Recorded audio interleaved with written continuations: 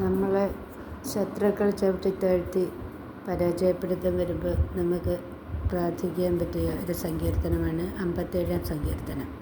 ദൈവത്തിൻ്റെ ചിറകിൻ കീഴിൽ എന്നോട് കൃപയുണ്ടാകണമേ. ദൈവമേ, എന്നോട് കൃപ തോന്നണമേ. അങ്ങയിലാണ് ഞാൻ അഭയം തേടുന്നത്. വിനാശത്തിൻ്റെ കൊടുങ്കാറ്റ് കടന്നു പോകുവോളം ഞാൻ അങ്ങയുടെ ചിറകിൻ കീഴിൽ ശരണം പ്രാപിക്കുന്നു. അത്യുന്നതനായ ദൈവത്തെ ഞാൻ വിളിച്ചപേക്ഷിക്കുന്നു. എനിക്ക് വേണ്ടി എല്ലാം ചെയ്തു തരുന്ന ദൈവത്തെ തന്നെ. അവിടുന്ന് സ്വർഗത്തിൽ നിന്ന് സഹായമയച്ച് എന്നെ രക്ഷിക്കും. എന്നെ ചവിട്ടിമരിക്കുന്നവരെ അവിടുന്ന് ലജ്ജിപ്പിക്കും.